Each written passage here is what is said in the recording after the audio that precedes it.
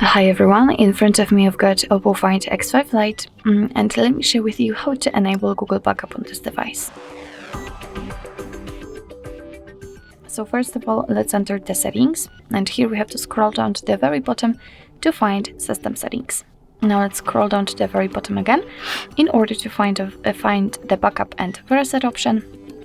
And as you can see, right here we've got whole Google Backup section. So we can tap on Backup Accounts, and here make sure that you've got the internet connection because it is required for this operation. And from this step we can either create a new account if you do not have your own yet, or simply type your email or phone. So let me do it. A quick disclaimer, you do not have to enter the full email address, just the very first part of it before the @ symbol, and tap on next. As you can see, it will be auto-filled. So now we have to enter the password, and let me do this out of the screen. Alright, so let's tap on next. Here we have to decide who will be using this device, so I'll stick with the first option.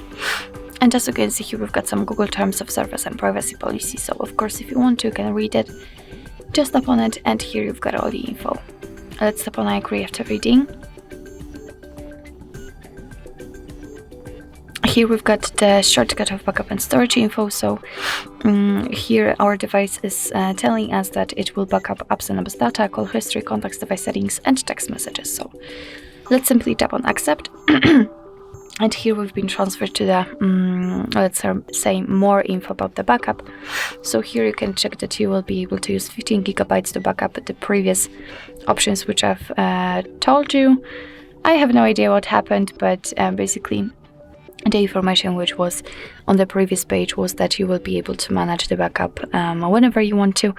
Your device will store the data securely on the Google Drive. And as you can see here, we've got the Google Backup section again. Here you can decide if you want to back up the data, Wi-Fi passwords, and other settings. Of course, you can turn it on or off. And here you've got the automatic restore option, and again you can decide if you want to keep it turned on or off.